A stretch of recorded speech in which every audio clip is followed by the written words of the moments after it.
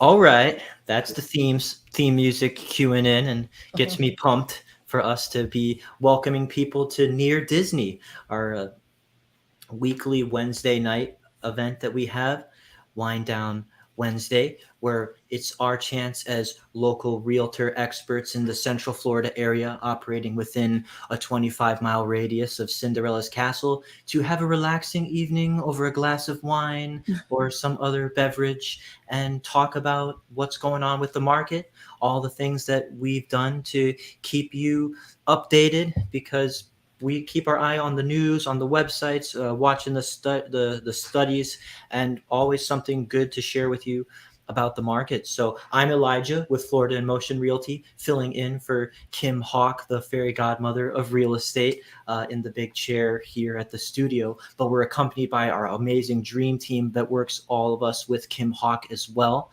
She loves to give us Disney monikers. So she calls me the Prince of Real Estate. Not maybe no prince in particular, but I would also like to throw it over to Virginia. Hey guys, Virginia Carlson, also known as Cinderella here with Florida in Motion, and we're just happy to be here on our Wind Down Wednesday to give you guys all the latest info. Yes, and of course Miranda, who has a cool nickname too. Yeah, hi guys, I'm Miranda. Kim calls me Alice. I'm Alice. Alice in Wonderland. Yes, Kim. I will fill in as best as I can. Kim's bestowed upon me her magic scepter. It is February 15th, so the day after Valentine's Day, and I think I just thought hopefully your evening looked something like this yesterday in the Disney spirit. I found this kind of fun article from Polygon.com that tried to rank the top 10 best Disney power couples, So on this real estate channel, we probably won't go through all of them here, but I will say that number one was David and Nani from Lilo and Stitch, according to the Polygon. So Interesting. Not sure if that'd be my pick. Maybe I'm a little more of a Mulan and Shang guy myself, but I mean, they beat out Mickey and Minnie, like the iconic classic couple. Mickey and Minnie, yeah. Maybe that was just going off the movies because Yeah, Mickey and Minnie. When you think of Disney romance, it's probably Mickey and Minnie and the dogs from Lady and the Tramp. Having a spaghetti dinner. Totally. And if anyone watching has a favorite Disney power couple or had something that they want to share about their Valentine's Day yesterday, feel free to chime in. Let us know. That's what the comments are for. We've got the comments down below for you to engage with us, and the phone numbers are here below as well. We are really here for you. Those numbers will ring us, and we would love to talk to you about all of your real estate needs in Central Florida. So I guess I will start off with our first topic today that we're going to cover here. It's something that I thought would be a pretty valuable resource for you. Let me just see here. So we're going to talk about your mortgage calculating, because early on in your home search process, you're going to want to get pre-qualified by a lender for an amount of a max sales price that you're going to be good for. And, hopefully the price that you land on for your dream home won't be the tippy top of your budget, but it happens to the best of us. It happens to me when I got my first, starter home as well. So it's okay. But, you'll have a lot of questions for sure for your lender at that stage of the process. But if you want to do some of your own research on the side, because you're wondering, maybe you're looking at a lot of different houses and you want to calculate, well, what's my rate going to be? What's my payment going to be if I get this house? What's my payment going to be if I do this other house? And you don't want to necessarily be constantly texting your lender or constantly waiting on emails if you have to make a fast decision. The good news is that there are mortgage calculators out there that you can just kind of engage with, real simple to go in contact with, that as long as you have this certain amount of information to input, they're going to be able to figure that out for you on a house-to-house basis. So one on Forbes.com is a great one that I'm going to walk you through, just let you know the kind of information that will get you that payment that's going to be very, very important in your decision early on for how much house you can afford comfortably. So you'll just simply enter in the loan amount. And that you'll wonder what that is. That's like, well, are you going to go for a conventional loan like 80-20? So that will be like 80% of whatever sales price that you have in mind for that particular one. Your loan term, and that's going to be the amount of time for the loan. So is it a 15-year loan? Is it a 30-year loan? Is it a 7-year loan with a big balloon payment at the end? Just kind of keep that in mind. Enter your interest rate. So the interest rates, they've been kind of fluctuating a bit. So you'll have had that conversation with your lender early on about what interest rate you were going to be able to lock in for that certain amount of time. So that should at least stay pretty fixed for you while you keep looking at different homes as well. Then there's your repayment frequency. A lot of times you see that as once, like the beginning of the month. Some people do it every 2 weeks. Some people figure it out something else a little special, but typically first of the month. That's the way I wanted it for mine. Kept it pretty simple.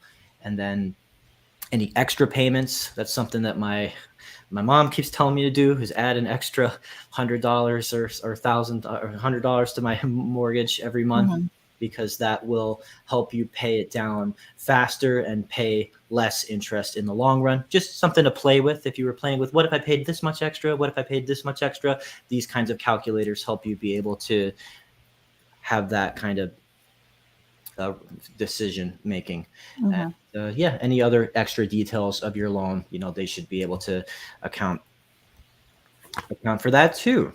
So I would just like to real quick see if I pull it up here. I kind of have to. Here we go. So it looks like this. So just to make sure that how know exactly if you're at the right page, and if I don't have annoying ads here at the top. So when you're at Forbes.com/advisor mortgage repayment calculator, you're going to look like this. All the information that I told you about is right here for you, and they just gave an example of a kind of a typical average home price for the country right now, $300,000, and looking at $1,400 mortgage payment for that 4% there. So it's gonna vary for you, but I just want you to know that you have those resources available to you. So I think that you had a little bit of extra information as well to add about mortgages, Virginia. Yeah, so we always, we want our clients, we want to help them, get to that point where they do have a mortgage and they're, looking to calculate how much their payment is going to be. But so we just kind of like to stress the things that you as a buyer should be thinking of even before you put an offer in. We have some do's and don'ts of your mortgage. The most important things are you want to keep your credit shining. You want to keep your credit great. And ways to do that is like, you need to be, when you get with your lender, you need to be ready to provide pay stubs, bank statements, tax information, anything needed to process that loan. So just have all that information on the ready. Also, one thing is like if you're getting a gift from a family member, that's a lot of times how people will, go through paying for their mortgage. A family member will loan them $20,000, $30,000. But be sure that you have a gift letter on hand with, bank statements showing that the gift funds are in fact coming out of that person's account and not yours. Just a little bit of proof just to have things, again, ready to go when you're ready. And then a really important thing is to tell your loan officer about any and all job changes. And that means like changes within your position. Like maybe you got a raise or your position changed within the company, just anything that is different, let your lender know about it. And then some big don'ts when it comes to your mortgage is do not apply for any new credit. Changes in your credit can just delay the mortgage process, the loan process. Do not close or open any accounts or transfer funds between accounts without talking to your loan officer, because you may need some documentation for those transfers. Again, don't change jobs, like don't leave your company. You can change things within the job. And obviously, don't make any major purchases until after your loan closes. It might disqualify you. For example, if you buy a new car or expensive appliances or any new furniture. So just some important things to keep in mind when you're getting ready to start that loan process, and you want to, have all your tools ready to get a good mortgage. That's that. Yes, very, very good. Mhm. I think hopefully both of us together with these articles help there kind of give you an idea of how you're going to be going into the mortgage process, especially as a first-time home buyer. Some of that Yeah. can Yeah. And of course, we're here for, if anybody has any additional questions. I know that was just kind of like a quick run through, but we're definitely here armed with all the information that you'll need to get that process. Awesome. I think you had something a little extra fun that you wanted to share with us as well. Yeah. So we're always trying to just tell people cool things that are happening in and around Central Florida, and especially Disney, because Disney's just a huge corporation. There's just so many things going on. So I found this fun little tidbit today that over at Epcot, there is a store reopening. It's called Okoya Pearls in the Japan Pavilion. It's been closed since March of 2020. So it's been 3 years. And this place is pretty cool. You go in for about $20. You can go in and they have these huge tanks of oysters, and you point to the oyster that you'd like, and the person working there will take the oyster out and open it, and there is a pearl inside, and that's what you get to keep. And they're really pretty. They're really well cultured pearls, beautiful. And then you can add additional price. You can add a necklace for the pearl, or you can buy a pendant for it. Or they also have gift boxes to display your pearl, or those cool colored sand jars that you can put the pearl in. So just a little something fun that it's finally reopened, and it seems like a positive thing. And I guess people were asking when it would reopen, but it took 3 years, but you can check it out at the Japan Pavilion at Epcot. Just something cool to do. And yeah. Sorry, just trying to That's regain the split screen there. Awesome. Well, thanks for Yeah. sharing. I do, while we were on the topic of assisting some new potential first-time home buyers, like the position that I found myself in when I was there. There's another big question that we often get, maybe even the most from first-time home buyers, and that is what costs are involved. They want to know that, and then we tell them about, okay, you have to set aside, so you have to prepare for a certain amount of closing costs. And big question we get are, what are closing costs actually? And when we get a credit for them, how much can we ask the seller to help compensate that? It's a big thing. So in Florida, we typically see closing costs adding up to about 1 to 3% of the purchase price, 3 kind of being the max for a conventional loan that you could get a seller to credit you. Typically, you see, I think with VA loans, it can be 4% at times. So there's a little bit of flexibility that's of the purchase price. This can include things like, when we're talking about it, appraisal fees, loan origination fees, inspection fees, recording fees, and the person who gets off maybe the easiest with this kind of cost is the cash buyer, because sometimes they're just paying it out of pocket. There's less people accountable and have a stake in the loan. No lenders involved necessarily, who are trying to make sure that they're only paying as much as necessary, that the house is really worth that. So typically we'll see like a cash buyer could pay less than even 1% of closing costs. But typically those first-time home buyers like me would not be cash buyers unless you hit the lottery. So just to give a quick overview here when it comes to what we got in this article that we pulled up. Appraisal fees, that's determining the value of the home. to make sure that the lender is not paying more than he thinks he or she thinks the house is worth. The survey fees, that could be just around $300 to $500. Some lenders require surveys of the property before they'll release a loan to the buyer, and these costs will vary. To survey a whole area, that'll depend on how much area, how much home that they got to survey, how much time and effort goes into it. And then your loan origination fees. So this could be a little bit more substantial, like 0.5% and to up to 1.5% of the sales price to cover all the associated loan fees, such as prepaid interest, application fees, loan origination fees. Credit report checks, sometimes that will go into the process of what it costs for them to pull your credit score and history. Hopefully they don't have hopefully you don't have to do that too many times. Your inspection fees, that depends on your inspection company.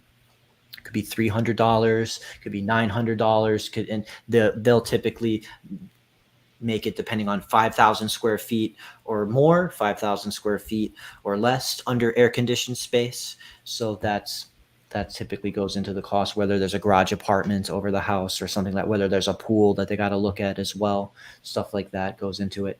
And your title companies will typically charge promulgated fees that cover title and closing fees. The recording fees are when Florida counties incur a fee for registering the sale and transfer of the property. And then there's something called prepaids. Typically, when we try to help you negotiate sometimes and write up a credit. We'll say credit from the seller toward closing costs and prepaids. We kind of mention both of those things, and that may include like a prepaid may include homeowners insurance or property taxes, and it'll kind of that amount will depend based on the time of year that you close to. And then prepaids as well can be the fees of you joining an HOA or association, or your capital contribution, transfer fees. Sometimes you'll pay a few months of your HOA just kind of upfront, and then they'll tell you, oh, well, in 3 months you'll get your first or something bill for your first time you're going to pay your condo fee or your HOA fee then. So yeah, it's something that you definitely have to consider into that price as well, because when you see the listing price, it's sometimes you're going to pay maybe a little bit extra on top of that, and that's something you talk about with your lender when talking about the interest. So that's something you talk about with your title company when you talk about the closing costs as well, because there's a lot of cost factors that play into that sale. But we're starting to hopefully see a little bit more of a market where where sellers will maybe help accommodate, because it's not this flaming hot seller's market that maybe it was a year or two ago. So, all right. So hopefully that is helpful as well. And then I'd love to turn it over to Miranda here, who I think has some cool information to share about theme park attractions. Yeah. Do we want to talk about Universal first? Sure. Okay. So there's a lot of back and forth about the livable wages here within the theme park communities. And it looks like that a lot of these unionized groups and the team members or cast members are really doing significant work in trying to improve those and bring those concerns up the ladder, so to speak. So just this week, Universal Orlando announced that they're going to be raising their hourly wages to a minimum of $17 an hour. And they're really hoping that kind of sets the pace for the rest of all the theme parks to follow suit. So that $17 bump up will go into effect on June 4th. So that'll come up over the summer. They've also taken some really great strides at improving their 401k match, tuition reimbursement programs for those that are still in school. They've added things like compassion leave for like bereavements and such. They've doubled the paternal leave allotments, family planning benefits. So for instances like where you're looking to adopt, maybe launch new employee recognition programs, maybe like a tiered kind of thing. I'm not too certain on the, full details of that. And then they've even expanded like the team member comped tickets. So if you're looking to bring a friend or bring a family member, or maybe even that can reach out to like the extent of your entire family to be able to bring them in to the Universal parks whenever you're not working, then that seems to be like it would be a huge perk to wanting to come into Universal and actually work for them. So I know in addition to the wage increase and these extra benefits, they've also started talks about updating the break rooms and the back of the restrooms as well. So it looks like they're doing a lot of really good work here in these conversations. And I know that Disney hasn't followed suit just yet, but I do know that they've got several union representatives and cast members that are very outspoken about their wages as well. And I believe they are going to be back under review today, Wednesday. Yeah, Wednesday. So it sounds like they could be making some other steps in those directions as well soon. Nice. Awesome. Awesome. I love to hear it. I love to hear that there's some more incentive for people to work in Universal, because we're not just near to Disney in Central Florida, we're near to Universal as well, and SeaWorld and all the other amazing attractions. And yeah, I hope that they do set a good example and follow through on that, because we know how hard that the cast members and the Universal employees and just everyone involved with making Central Florida a magical experience works, and love to see them feel more secure with their job. And I see that there are some comments that have come up. We've got Janae that says her favorite Disney couple is Belle and Beast, because we started the show asking with a Valentine's Day prompt, who's your favorite Disney couple? I went with Mulan and Shang, but I see that that's golden era of Disney, that the second golden era, they call that sort of late 80s into the 90s era. That's really awesome. And then another Facebook user, I'm sorry your name isn't displayed, would love to give you a proper shout out, that says that backed us up here, saying that paying a little extra on your mortgage every month does make a big difference. So we're glad to see that there's people backing us up on that. And if it's possible, if there's any kind of wiggle room to do that in your monthly budget, it may be something worth considering. So yeah, I'm glad to see that, because if you can factor that in when you're playing around with the mortgage calculator on Forbes that we talked about, that's great. Yeah. So anyone else have anything they want to add? Well, Miranda, tell us about Tron. Yeah, so last week I had an incredible opportunity from a cast member friend of mine that invited me out to come out and ride the new Tron ride over at Magic Kingdom. And I have to report, happily, I was very pleasantly surprised. Admittedly, I wasn't looking for a whole lot out of it, but it's a short ride, and you truly are laying it down on a motorbike. I know it's not terribly, it's hard to kind of wrap your head around without actually seeing it and doing it. But when you get into the bike, you kind of have to sit like you're going to kneel down on your knees. Okay. And you have to lay down. And I know that sounds terrible. And I've been trying to tell everybody that I know, don't try and mermaid yourself. Front of the bike, you know how Ariel push up on that rock at the end while she's sleeping? Don't do that. Try to do that. Don't do that. So make sure that you're trying to lay as flat as you can. I think the big thing that we're hearing is that there was a lot of concern about it being smaller, and just for smaller build folks on these ride vehicles, and being what we call poo friendly sometimes at Disney, or fluffier, might not be a hindrance so much as your height, your leg height, and your how tall you are. So you are long-legged, you are taller, you might actually be the ones that have the problem getting in and out of this ride. But there are different test vehicles that you can test out before you actually begin to ride it. Oh, that's good.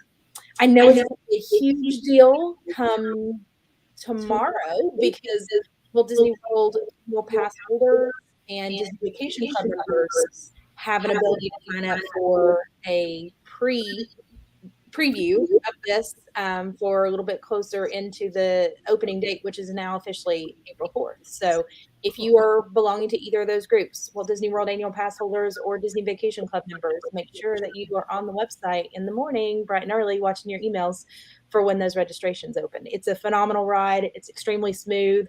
I just wish it was a little longer. That's all. Awesome. Yeah, I remember them building that. I mean, they've been building it for a while, and I know things probably got slowed down because of COVID. 5 years. 5 years in the making. I mean, Wow. it's finally here. That's great. Finally here. Yeah. That Tron remake / sequel reboot thing came out, I think, when I was in college, and it's cool to see that the brand is enduring and it's gonna get a big reboot, get a big rehash with being part of Disney's identity there. And yeah, I remember watching the original Tron in like the 80s with Jeff Daniels. Yeah. Hey, that's still good. He's back. Yeah. He's back in the second one. And if you happen to belong to the D23 memberships, it's kind of like Disney's official fan club that you can like pay for. Okay. They're going to have a special screening at the AMC theaters at Disney Springs. Okay. So if you're a D23 member, you can sign up for that, I believe February 16th, 17th, something like that. Okay. But it is a paid thing. They're just going to be running an extra special screening of the newer movie, Tron Legacy. So nice. It's really cool. Okay, cool. Maybe hopefully this will stimulate interest in a newer movie. Yeah. So if anybody out there is like big into theme parks, it's the smoothness of Slinky Dog. It's got a similar ride vehicle to Hagrid's at Universal. Okay. And it's incredibly short, and it's like 45 seconds ride, or smooth like Velocicoaster too. If you could merge all those. Oh, I'm sorry, it goes into a building, so it kind of looks like Test Track. So if you mixed Test Track, Hagrid's, and Slinky Dog, you would have the Tron roller coaster. So cool. I like all those. So you're selling me. We got one more comment here. I'm so sorry if I mispronounced the name. It's P. Bellows. So, thank you so much. She said this is very helpful. We'll be first-time home buyers moving to Celebration soon. So great. Fingers crossed. Okay, so I mean, I don't know if you're already in the process with the home that you've already found and all that, but if we of course are here with our real phone numbers for any other guidance or expertise or search, or for you or anyone else that you know, if you know anyone else that's would love to be a part of Central Florida or Celebration too. It's a beautiful town. That's where we've got our office in Florida in Motion Realty. Mm-hmm. So I love it. The town that Disney built, and it's very on brand for our near Disney theming. So hope that all goes so smoothly and amazing with that first time home buying home process. Mm-hmm. And like we're love to be here as a resource for you every Wednesday night. Every Friday we got another video that runs around 1:30. So there's lots that goes on in this channel. So we'd love for you to subscribe so that we can continue to be a helpful resource. Always it helps us big time, everyone watching, if you hit the like button or if you comment or subscribe. We'd love to deliver this content for you. So yeah, definitely excited for Tron, and definitely excited to try out that restaurant that you were telling us about, Virginia. So okay, stuff going on. We're creeping up on that half-hour mark, so I guess we'll kind of bring things to a close here. But if anyone else has any last-minute questions, feel free to type them in. Otherwise, we wish you a lovely post-Valentine's Day and going into the springtime. Mm-hmm. Definitely. For sure. Or if you have anything that you'd like us to cover next week, let us know in the comments. We'd love to take some feedback from you on what you want to hear more about. Yeah, definitely. Yep, we have taken real feedback before and turned it into video content that we've produced and turned it into real topics that we cover on the stream. So we watch your comments, we watch your feedback. We love to see it. And like I said, our phone numbers are here and we're here for you. So everyone have an amazing, magical evening. Bye, everyone. Bye, everyone. See you next time.